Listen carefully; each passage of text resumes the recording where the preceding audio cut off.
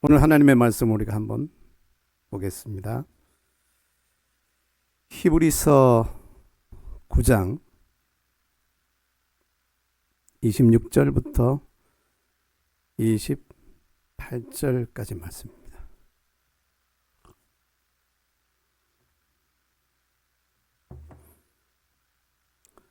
제가 읽겠습니다.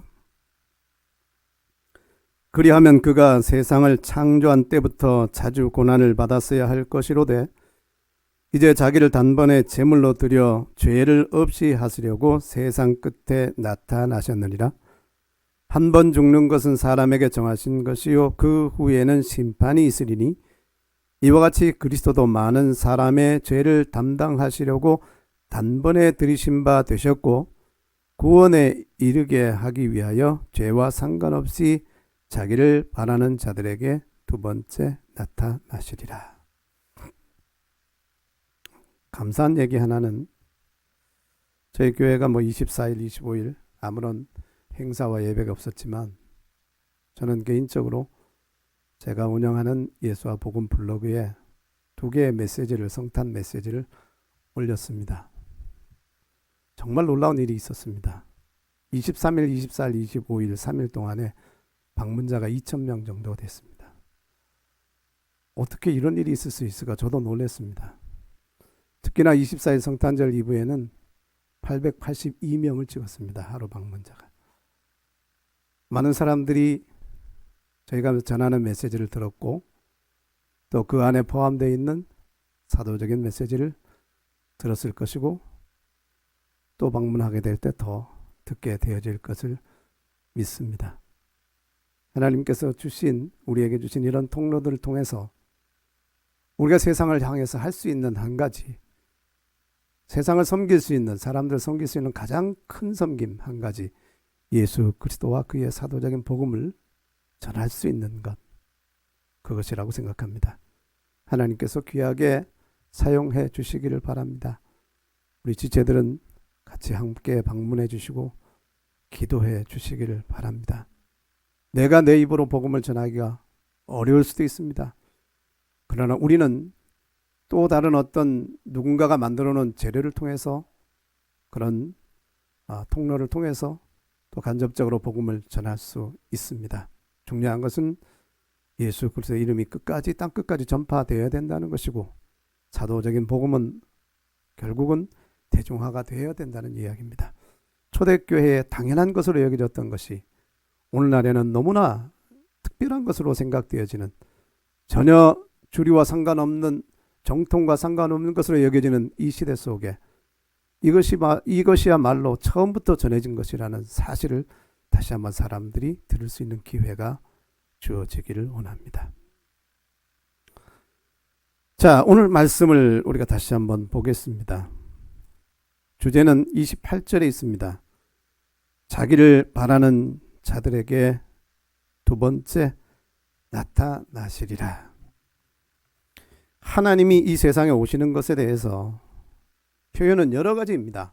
강림하신다는 표현이 있고 나타나신다라고 하는 표현이 있고 오셨다라고 하는 표현도 있고, 오늘의 말씀의 주제는 나타나신다라고 하는 겁니다.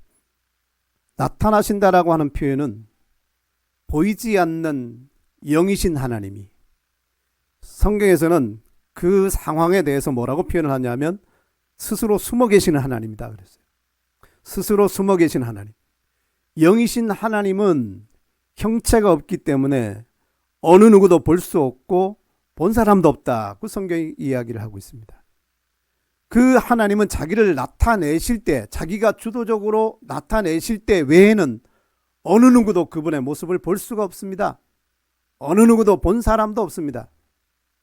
그래서 우리는 구약 성경에서 하나님이 가끔씩 나타나신 것에 대해서 성경을 읽으면서 우리가 확인할 수 있는데, 그 나타나심 몇 가지가 있습니다. 첫째는 그냥 하나님이 잠시 동안 자기의 말씀을 전하기 위해서나 또 어떤 목적을 이루기 위해서 자신을 나타내 보이는 겁니다. 신학적인 용어로 이것을 현현이라고 불러요. 현현. 하나님이 현현하셨다. 현현이라는 것은 하나님이 완전히 이 세상에 오신 것은 아닙니다. 그냥 사람들에게 어떤 목적을 따라서 어떤 중요한 일들을 위해서 일시적으로 잠시 동안 사람들에게 보이는 형태로 자기를 그냥 보여주는 거예요. 원래는 볼 수 없는 분이에요. 존재 자체가, 본질 자체가 볼 수 없는 분입니다. 근데 그 하나님이 자기를 사람들에게 보여주는 겁니다. 보여주는 것. 근데 이러한 경우에는 다수를 위한 것은 아니에요. 특별한 어떤 사람, 하나님께서 정말 누군가에게 말씀하기를 원했던, 특별히 뭐 아브라함 같은 사람, 또 모세 같은 사람에게 나타나실 때 우리는 그 나타남을 현현이라고 부릅니다. 그러나 또 하나의 나타남은 대행천사를 통해서 나타나는 겁니다. 대행천사를 통해서 나타난다는 건 뭐냐면, 나타났을 땐 사람들이 그분의 하나님이 나타남이라고 알아요. 아, 하나님이 나타나셨네. 근데 나중에 성경을 해석하고 나중에 성경을 정리하는 사람들의 글에 의해서 확인되어지는 것은 뭐냐면, 그때 나타난 것은 하나님의 천사였다라고 말하는 겁니다. 불붙는 떨기나무 가운데 하나님께서 나타나셨습니다. 모세는 그분이 하나님이란 걸 분명히 그렇게 알고 그분을 향해서 하나님이라고 불렀습니다. 근데 그분이 계속해서 시내산에서 나타나셨습니다. 모세에게 말씀하십니다. 율법을 명령하십니다. 십계명 돌판을 계획해 주십니다. 근데 신약 성경에 와서 구약을 해석하는 사도들에 의해서 기록되어진 글을 보면 천사를 통해서 모세에게 나타나셨고 천사를 통해서 율법을 주셨다고 말합니다. 어느 것이 맞느냐? 하나님이 나타났다라고 말하는 구약 성경이 맞느냐? 아니면 천사들이 나타났다라고 하는 그 신약 성경이 맞느냐? 나중에 기록된 것이 앞에 것을 정리한 겁니다. 앞에 것은 어찌됐든 하나님에 대한 계시가 불충분한 것이에요. 신약에서 사도들에 의해서 하나님의 계시가 완성되어졌습니다. 하나님이 육신을 입고 이 땅에 나타나시고 그것을 통해서 모든 구약 전체, 모든 성경 전체를 다 이제 배우게 된 사도들에 의해서 정리되어진 것이 뭐냐면, 그때의 나타남은 천사들의 나타남이다. 천사의 나타남이다라고 하는 겁니다. 그래서 하나님을 대행하는 천사에 의해서 나타나고 하나님이 그래서 사람들에게 어쨌든 보여지는 겁니다. 그런데 이제 더 중요한 나타남은 뭐냐면 육신을 입고 나타나는 겁니다. 이 나타남은 현현이나 또 대행천사를 통해서 나타나는 것과 근본적으로 다른 것은 뭐냐면, 그것은 구약에서 나타났던 그것은 일시적이에요. 잠시 동안 어떤 한 가지 목적, 어떤 한 가지 메시지를 전하기 위해서 일시적으로 나타난 겁니다만, 육신을 입고 나타난다는 것의 특징은 이제 일시적이 아니라 지속적으로 그냥 그 상태를 가지고 있는 겁니다. 하나님이 육신을 입고 이 세상에 나타났을 때 그것이 잠시 동안 사람들에게 보이고 뭐 며칠 동안 혹은 몇 달 동안 혹은 33년 동안 그렇게 보이고 그 존재가, 그 모습이 없어져 버릴 것이냐? 그렇다면 뭐 좀 장기간의 현현이라고 말할 수 있겠죠. 근데 없어지지 않습니다. 그 나타난, 육신을 입고 나타난 모습은 이제 영원한 하나님의 형상입니다. 보이지 않는 하나님의 형상, 보이지 않는 하나님의 나타남, 그 나타남이 일시적이고 그 나타남이 누군가에게만 보이기 위한 것이 아니라 그 나타남은 이제 완전히 영이신 하나님이 육체를 입고 영원한 형체를 가진 겁니다. 근데 그 나타남이 또 특이한 점은 뭐냐면, 구약에서의 현현의 나타남은 그냥 사람의 모습으로 나타난 것이에요. 보여지는 겁니다. 그런데 이 육신을 입고 나타남은 우리와 똑같이 잉태의 과정을 거치고 출산의 과정을 거치고 자라는 성장의 과정을 거치고 똑같이 우리와 똑같은 과정을 통해서 누가 봐도 완전한 인간이에요. 누가 봐도 완전한 인간. 아브라함에게 잠시 나타났던 그 하나님은 인간의 모습을 하고 있지만 완전한 인간은 아닙니다. 100% 인간은 아니에요. 인간의 모습을 했을 뿐이에요. 물론 사람들처럼 말하고 사람들처럼 걷고 사람들처럼 먹고 다 했지만은, 그러나 완전한 사람이라고 말할 수가 없어요. 그것은 그냥 나타남이에요.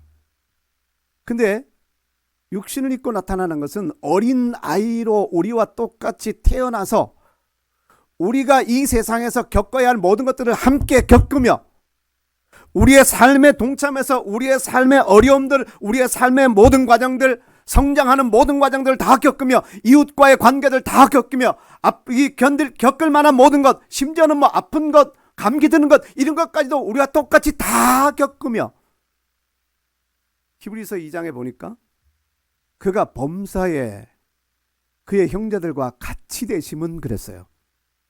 그가 범사에 모든 일에 그의 형제들과 같이 되시면, 그의 형제이란 육체를 가지고 있는 모든 사람들, 아브라함의 자손들, 이 사람들과 똑같이 되셨다. 모든 면에서 똑같이 되셨다.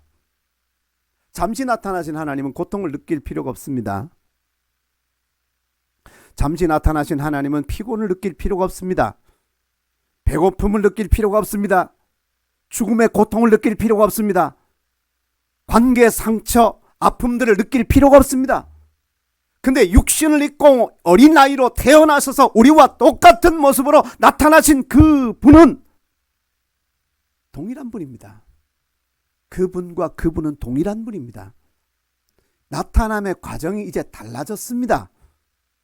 그냥 잠시 사람의 모습으로 나타났던 것과 다르게 이제는 우리와 똑같이 여자에게서 태어나서 자라는 모든 과정 속에서 인간이 겪을 만한 모든 것들을 다 함께 겪고 심지어는 죽음까지도 겪으셨습니다. 이것이 다른 점입니다. 이것이 첫 번째 하나님의 나타남입니다. 여기에 두 번째 나타나시리라 그랬잖아요. 그러니까 여기 뭐 첫 번째, 두 번째, 세 번째, 네 번째 뭔가 계속 있을 것 아니냐 생각할 수도 있겠지만 숫자적으로는 두 번째밖에 없습니다. 두 번째가 끝입니다. 그렇기 때문에 현현이라는 것은 나타남의 숫자에 들어가지 않는 겁니다. 최소한 여기서 나타남은 뭐냐면 우리의 역사 속에 개입해 들어온 것입니다. 하나님이 우리의 시간과 공간 속으로 들어오신 겁니다. 그래서 우리와 똑같이 되신 겁니다. 우리가 겪는 모든 것들을 함께 겪으신 겁니다. 우리가 당하는 모든 문제들을 해결하시는 겁니다. 죽음까지도 다 해결하시는 겁니다. 그것을 위해서 이 땅에 첫 번째 오신 겁니다. 그런데 오늘의 말씀은 두 번째 나타나시리라. 두 번째 나타나시리라. 어쩌면 앞으로의 우리 이 강단에서 전파되어지는 말씀이 두 번째 나타남에 더 많은 비중들을 두게 될 겁니다. 왜냐하면 그만큼 시간이 다가왔기 때문입니다. 그분이 나타나실 것이다 하는 것은 4,000년 동안 선지자들에 의해서 말해져 왔습니다. 4,000년 동안. 창세기 3장에서부터 하나님이 예고하신 것처럼 여자의 후손이 이 땅에 와서 뱀의 머리를 상하게 할 것이다. 우리의 구원자가 되실 것이다 라는 그 하나님의 예언이 시작되면서부터 그가 오실 것이다. 그가 나타나실 것이다. 이 첫 번째 나타남에 관한 것은 4,000년 동안 계속 하나님의 사람들에 의해서 예고되어 왔고 예언되어 왔습니다. 어떤 사람들은 오래 기다릴지라도 자기의 세대에 그것이 이루어지지 않을지라도 끊임없이 그것을 기다립니다. 정말 신실한 하나님의 사람이라면, 정말 신실한 하나님의 사람들은 가장 중요하게 보는 것이 뭐냐면 하나님의 약속을 기다리는 겁니다. 하나님의 약속을 기다리는 것. 그가 첫 번째 오실 것이다 라고 하는 예언을 가장 많이 그리고 가장 구체적으로 전했던 하나님의 사람이 이사야 선지자입니다. 다른 선지자들도 다른 사람들도 이 하나님의 나타남에 대해서 여러 군데 여러 모습으로 말을 했습니다만, 그러나 이사야처럼 구체적이고 이사야처럼 다양하게 그분의 탄생에서부터 시작해서 그분의 사역과 그분의 죽음과 그분의 부활까지 이렇게 다채롭게 말씀들을 종합적으로 예언했던 사람은 없습니다. 그는 메시아 탄생하기 이전 약 700년 전의 선지자였습니다. 그가 예언한 것이 무엇입니까? 처녀가 잉태하여 아들을 낳을 것이요 이름을 임마누엘이라 하리라. 여기서부터 시작해서 이새의 줄기에서 한 싹이 날 것이다. 이러한 예언을 또 통해서, 그리고 또 한 아이가 우리에게 낳고 한 아들을 우리에게 주신 바 되었는데 그 어깨는 정사를 메었고 그 이름은 기묘자라 모사라 전능하신 하나님이라 영존하시는 아버지라 평강의 왕이라. 이후로 그가 다윗의 위에 앉아서 세세토록 공평과 정의로 다스리게 될 것이다. 그 탄생에 관한 이야기뿐만 아니라 그가 찔림은 우리의 허물 때문이요, 그가 상함은 우리의 죄악 때문이라. 그가 징계를 받음으로 우리가 평화를 누리게 되고, 그가 채찍에 맞음으로 우리가 나음을 입게 될 것이다, 되었다라고 예언하던 선지자가 바로 이사야 선지자입니다. 이사야가 활동할 때쯤이면 사람들은 그 선지자의 말을 듣고 이제 정말 그분이 오실 때가 가까웠나 보다 생각할 수 있겠습니다만, 역사는 오히려 정반대로 흘러가고 유다는 멸망하고 바벨론은 포로가 되어 들어가고, 그러한 순환의 역사를 계속해서 겪어오면서 메시아 오시기 약 400년 전쯤 말라기 선지자부터 시작된 그 중간기에는 사람들의 마음이 이제는 메시아 오신 것을 정말 기다릴 만한 여력, 그런 기대감, 그런 그 신앙의 그 잔량들이 남지 않은 상태, 거의 바닥난 상태. 하나님의 약속은 이제 끝난 것인가 보다, 우리에게 이루어지지 않을 그냥 공허한 그런 약속인가 보다, 공약인가 보다 그냥. 그런데도 그 역사 속에서도 메시아의 나타나심을 기다렸던 사람들이 있습니다. 그들이 바로 마태복음, 누가복음 초반부에 기록되어 있는 사람들입니다. 들판에서 양을 치는 무식한 목자들, 동방에서 점성술사들로 하늘의 별들의 운행을 연구하는 박사들, 성전에서 매일매일 정말 예배하면서 하나님의 그 약속, 그들이 기다리는 그 약속은 바로 하나님의 나타나심이에요. 그것을 기다리면서 계속 하나님을 섬기며 왔던 사람들, 이러한 사람들, 안나라는 사람들, 시므온이라는 사람들, 그리고 세례 요한의 아버지인 제사장 사가랴 같은 사람들, 메시아를 기다리는, 첫 번째 나타남을 기다리는 사람들이 있었습니다. 4,000년 동안 그 예언은 계속되었습니다만 결국은 그 예언은 없어지지 아니하고 소멸되지 아니하고 반드시 이루어졌습니다. 하나님의 말씀이 특징이 무엇입니까? 세상은 없어져도, 모든 만물은 옷과 같이 다 헤어져서 갈아입을지라도 하나님의 말씀은 세세토록 영원히 없어지지 아니하고 굳건하게 서실 것이라고 하는 것. 하나님의 말씀은 없어지지 않습니다. 하나님의 말씀은 반드시 이루어지는 말씀입니다. 오늘 우리가, 제가 설교를 길게 할 수는 없겠죠. 시간이 많이 갔으니까요. 그냥 간략하게 보고자 하는 것은 뭐냐면, 예수님이 두 번째 오신다고 했는데 그럼 첫 번째 오신 이유는 뭐냐? 그리고 두 번째 오셔서 하실 일은 뭐냐? 왜 두 번째 다시 오셔야만 되느냐 하는 것. 그것을 이제 지금부터는 여기에 띄우는 말씀을 가지고 여러분들에게 간략하게 요약해서 설명을 드리려고 해요. 예수님께서 첫 번째 오신 이유가 뭐냐? 자, 우리가 히브리서 9장 26절에서도 보았어요.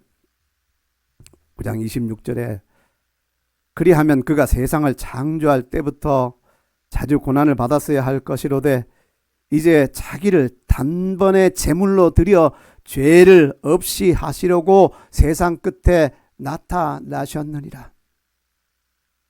그가 첫 번째 나타나신 것, 세상 끝이라는 것이에요. 하나님의 역사의 세상 끝. 2000년 전이 세상 끝이라면 오늘날은 도대체 뭔가요? 하나님의 역사를 구분하는 것 중에 끝과 시작, 이것을 무엇으로 구분하냐면 하나님이 약속하신 시대와 하나님의 약속이 성취되기 시작한 시대, 특별히 메시아를 중심으로 그것을 가지고 구분하는 거예요. 메시아에 대해서 예언하고 약속하셨던 그 시대가 이제 그 농사로 본다면 씨를 뿌리는 시기라면 이제 그 약속이 성취되어서 메시아가 이 땅에 오시고 사람들에게 구원의 문이 열리고 성령의 충만함이 이루어지고 하는 이 모든 것들이 세상 끝이에요. 추수의 시기라고요. 추수의 시기. 메시아가 이 땅에 첫 번째 나타나신 이유는 죄를 없이 하기 위해서입니다. 그러면 여러분 생각해 보세요. 이 세상에 죄가 없어졌나요? 예수님께서 첫 번째 오시고 나서 이 세상에 죄라는 것이 없어졌나요? 우리가 말씀을 정말 한 가지 구절을 가지고 이해하려면 모순이 생겨나고 오해가 생겨날 수 있어요. 이 말씀은 어떻게 이루어진 것입니까? 예수 그리스도께서 십자가 위에 죽으심으로 죄의 문제를 끝을 냈어요. 죄의 결박을 다 끊어내고, 그리고 죄의 결국은 사망이라는 것인데 그 문제를 일단 예수님께서 끝장냈다고요. 그렇기 때문에 죄를 끝내려고 오신 거예요. 그리고 그를 믿는 사람들은 죄 사함을 받게 되어집니다. 죄 사함이라는 것이 뭐예요? 죄 사함이라는 것이 죄가 없는 상태가 되는 거예요. 예수 그리스도께서 우리의 죄를 사하시는 것은, 그의 십자가의 보혈로 우리의 죄를 사하시는 것은 우리가 죄를 짓지 않은 상태로 여기는 겁니다. 죄를 깨끗하게 없는 것으로 여기시는 거예요. 그러니까 죄를 없이 하시려고요. 구약의 제사장들이 제물을 드렸습니다. 죄를 범할 때마다 성전에 가서 제물을 드립니다. 근데 그 제물은 계속 반복돼야 돼요. 계속 반복돼야 됩니다. 그러니까 오늘 우리가 읽은 이 성경에서 구체적으로 정말 주도적으로 하고자 하는 말은 뭐냐면, 예수님은 그 사람들처럼 그렇게 여러 번 계속해서 반복해서 제사를 드릴 필요가 없다. 그분은 완전한 제물이 되셨기 때문에 단번에 단일회로 모든 죄를 해결하신 것이다. 단번에 예수님께서 첫 번째 나타나셔서 단번에 모든 죄를 다 해결하셨다. 그것 때문에 예수님께서는 이 땅에 오신 것입니다. 자, 요한일서 3장 5절에서는 같은 말인데요. 그가 우리 죄를 없애려고 나타나신 것을 너희가 아나니 그에게는 죄가 없느니라. 예수님이 우리와 똑같은 인간, 우리와 똑같은 완전한 100% 우리와 동일한 인간이었지만 우리와 다른 것이 있다면 아담의 죄의 유전을 받지 않았다는 것이에요. 그는 죄가 없으시니라. 죄를 알지도 못하시는 거룩하신 그 자체. 그가 나타나신 이유, 죄를 없이 하시려고 나타나셨다. 그 다음에 두 번째 이유입니다. 첫 번째 그 나타나신 그 이유의 두 번째 이유는 마귀를 멸하기 위해서입니다. 마귀를 멸하기 위해서. 요한일서 3장 8절이에요. 죄를 짓는 자는 마귀에 속하나니 마귀는 처음부터 범죄함이라. 하나님의 아들이 나타나신 것은 마귀의 일을 멸하려 하십니다. 죄는 인간이 범했어요. 정죄한 것은 하나님의 율법입니다. 그런데 그것을 계속해서 죄 가운데서 헤어나지 못하게 하는 그 세력 가진 자가 바로 누구냐면 마귀예요. 마귀는 끝없이 우리의 죄를 가지고 우리를 공략합니다. 우는 사자와 같이 우리를 삼키려고 다가옵니다. 근데 예수께서 이 땅에 나타나신 이유는 창세기 3장에서 15절에서 말씀하신 것 같이 여자의 후손으로 오셔서 뱀의 머리를 망가뜨리는 그 역할을 하시는 것. 예수께서 오셔서 이 죄의 권세를 다 깨뜨리시고 사망의 권세를 다 이기셨기 때문에 더 이상 공격할 힘을 갖지는 못하는 거예요. 그래서 마귀의 일을 멸하시려 합니다. 근데 이 마귀의 일이 예수님께서 첫 번째 이 세상에 오셨을 때 다 끝났느냐? 1차적으로는 끝이 났습니다. 뱀은 머리를 상했어요. 그러나 여전히 사단은 지금도 우리 세상 속에서 활동하고 있습니다.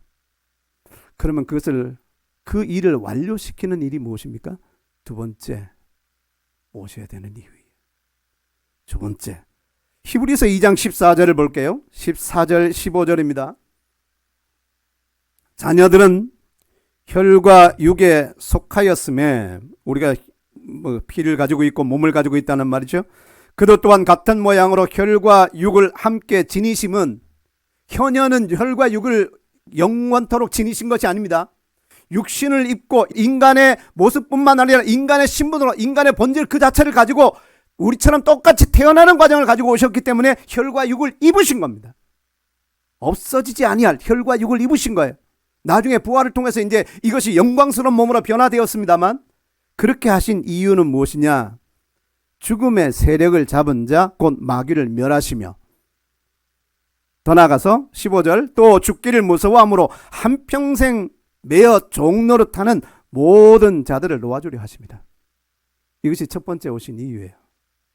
마귀를 멸하시며 죽기를 두려워함으로 일평생 매여서 한평생 종노릇하는, 죽는 것 때문에 두려워서 어쩔 수 없이 죄 가운데 살고 그렇게 하는 사람들을 놓아주게 하기 위해서, 정말로 예수 그리스도를 만난 사람이라면, 그 부활의 권능을 경험한 사람이라면, 그리고 정말 우리가 죽더라도 다시 살아날 것을 믿으며 정말 예수 그리스도의 그 모습으로 우리가 함께 부활할 것을 믿는 사람이라면 죽음을 두려워할 이유는 없을 겁니다. 성령이 우리 안에서 권능이 되시면 우리는 죽음 앞에서도 당당하게 그 죽음을 맞을 수도 있을 것입니다. 또 한 가지를 더 본다면 디모데후서 1장 10절이에요. 이제는 우리 구주 그리스도 예수의 나타나심으로 말미암아 나타났으니, 예수 그리스도께서 나타나신 것, 첫 번째 나타나신 것을 통해서 나타났으니, 뭐가 나타났다는 겁니까? 뭐가 나타났다는 거예요? 그는 사망을 패하시고 복음으로써 생명과 썩지 아니함을 드러내신 것이라. 그는 사망을 패하시고 복음을 가지고 생명과 썩지 아니할 것을 드러내셨습니다. 이전에는 영원한 생명이라는 것이 사실상 말씀으로만 보여졌고 말씀으로만 말해왔던 것이지 정말 그것이 어떤 것인지 사람들에게 경험될 수가 없었어요. 그리고 구약성경에서는 특별히 영생이라는 단어가 그리 많이 등장하지 않습니다. 구약에서 생명이라는 것은 그냥 장수예요. 장수, 땅에서 오래 사는 것, 땅에서 복받으며 사는 것, 하나님의 생명, 하나님의 나라, 그 모든 것들은 아직까지 계시되지 않은, 아직까지 사람들에게 충분히 보여지지 않은 상태입니다. 그것은 누구를 통해서 이제 사람들에게 본격적으로 드러나기 시작한 겁니까? 영이신 하나님이 육체를 입고 이 땅에 나타나심으로 그것을 통해서 영원한 생명이 드러나기 시작한 겁니다. 그리고 사망이 패해진 겁니다. 이 모든 것들이 복음이라는 것을 통해서, 그의 십자가의 죽음과 장사됨과 부활을 통해서 우린 그 복음에 경험하는데, 그 복음을 우리가 동참하면서 경험하는데, 죄의 사함을 우리가 경험하고 성령의 충만함을 경험할 때 우리는 영원한 생명을 맛보게 되는 것이에요. 하늘의 영광을 맛보게 되는 것입니다. 그리고 이 사망이라는 것을 정복하는 예수 그리스도의 그 능력을 우리가 경험하게 되는 거예요. 복음을 통해서 드러난 겁니다. 이 세 가지를 우리가 요약해서 예수님께서 이 땅에 첫 번째 오신 이유라고 말할 수 있겠습니다. 그러면 예수님은 두 번째 다시 오시는데, 두 번째 다시 오셔서는 무엇을 할 것입니까? 왜 다시 오시는 겁니까? 왜 다시 오시는 겁니까? 자, 한번 볼게요. 빌립보서 3장 20절이에요. 그러나 우리의 시민권은 하늘에 있는지라 거기서부터 구원하는 자 곧 주 예수 그리스도를 기다리노니, 그의 나타남을 기다리는 거예요. 그는 만물을 자기에게 복종하게 하실 수 있는 자의 역사로 우리의 낮은 몸을 자기 영광의 몸의 형체와 같이 변하게 하시리라. 그가 두 번째 나타나시는 첫 번째 이유. 첫 번째 이유는 우리의 낮은 몸을, 우리의 죽을 몸을, 우리의 썩을 수밖에 없는 이 몸을 그와 같은 형상으로 예수 그리스도께서 죽음을 이기고 부활하신 그 모습과 같이 우리를 변하려 합니다. 이게 첫 번째 목적이에요. 예수 그리스도께서 두 번째 오시는 첫 번째 목적, 두 번째 다시 오시는 첫 번째 목적이 우리를 변화시키기 위해서입니다. 우리를 부활되게 하기 위해서입니다. 이것에 대해서 우리가 꼭 봐야 될 말씀이 있잖아요. 데살로니가전서 4장 14절부터 17절까지예요. 우리가 예수께서 죽으셨다가 다시 살아나심을 믿을진데 이와 같이 예수 안에서 자는 자들도 하나님이 그와 함께 데리고 오시리라. 자는 자들, 예수 그리스도 안에서 거듭나서 지금 현재 죽음 상태에 있는 그 사람들을 성경에서는 자는 자라고 표현하고 있습니다. 언젠가 예수님의 음성을 들으면 일어날 사람들이니까요. 무덤에서 일어날 사람들이니까요. 이 사람들을 데리고 오실 것인데 어떤 일들이 일어날 것입니까? 16절, 주께서 호령과 천사장의 소리와 하나님의 나팔 소리로 친히 하늘로부터 강림하시리니 그리스도 안에서 죽은 자들이 먼저 일어나고 그 후에 우리 살아남아 있는 자들도 그들과 함께 구름 속으로 끌어올려 공중에서 주를 영접하게 하시리니 그리하여 우리가 항상 주와 함께 있으리라. 이것이 첫 번째 목적입니다. 다시 오시는 목적. 복음의 완성이에요. 우리의 구속의 완성입니다. 물과 성령으로 거듭나서 하나님의 자녀는 되었습니다만, 그래서 영으로만 우리가 볼 때는 구원받았다, 거듭났다, 하나님의 자녀 되었다라고 말할 수 있겠지만, 그러나 아직 완성된 것은 아니에요. 우리는 여전히 죄 가운데 살고 있고, 우리 안에는 여전히 죄성이 존재하고 있고, 우리는 언제든지 지금도 넘어질 수 있는 그런 가능성 앞에 놓여 있는, 구원이 완성되고 복음이 완성되고 구속이 완료된다라고 하는 것은 뭐냐면, 더 이상 이 연약함 가운데 우리가 놓여 있지 아니하고, 더 이상 질병과 이런 세상 속에 우리가 겪는, 육체를 가졌기 때문에 겪는 이런 모든 고통들을 더 이상 겪지 아니하는, 눈물이 없고 슬픔이 없는 부활의 그 상태, 그것이 바로 몸의 구속이고 구원의 완성입니다. 어떤 사람들은 이 완성에 이르지 못하고 세상 속으로 그냥 다시 되돌아갑니다. 어떤 사람들은 미끄러져서 이 믿음에서 이탈하고 맙니다. 구원받았으니까 나는 어떻게 살아도 괜찮겠지, 그렇게 생각하는 사람들도 있습니다. 아직 이루어진 것이 아닙니다. 아직 완료된 것이 아닙니다. 그가 두 번째 오셔야 됩니다. 예수님이 다시 오실 것인가? 두 번째 오시는 것이니까 우리가 한자로 쓰면 재림이에요. Second coming, 두 번째 오심. 예수님이 다시 오실 것인가? 사람들은 정말 많은 사람들이 지금까지 와가지고 휴거가 곧 언제 나타난다, 10월 28일 날 나타난다, 막 이렇게 너무나 떠들다 보니까, 오늘날에도 길거리에서 너무나 많은 사람들이 떠들다 보니까 이제는 염증이 느껴져요. 정말 예수님이 온다는 것은 이제 저 광신자들의 주장일 뿐이야. 우리가 광신자이든 광신자가 아니든, 우리가 그것을 믿든 믿지 아니하든 상관없이, 사람들이 알지 못하는 건 한 가지는, 세상은 결국 하나님에 의해서 역사가 진행된다는 것이에요. 사람들은 그것을 알지 못해요.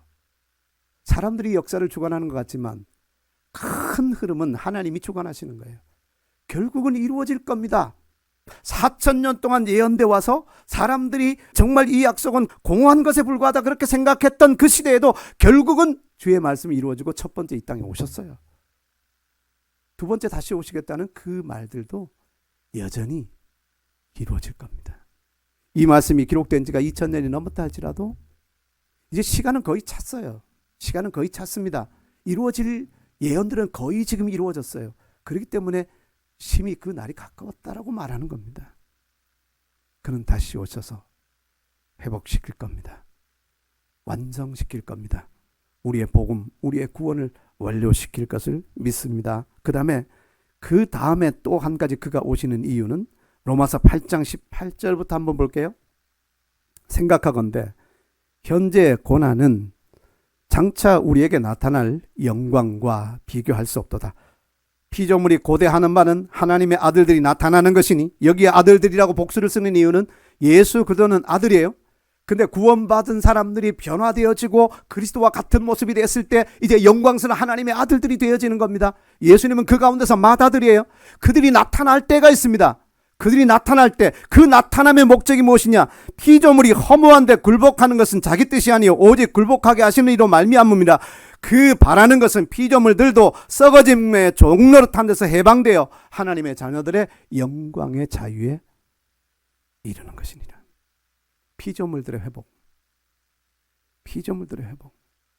저는 동물의 세계라고 하는 프로그램을 가끔 봅니다. 동물들 세계 속에서 일어나는 그 경이롭고 아름다운 모습들.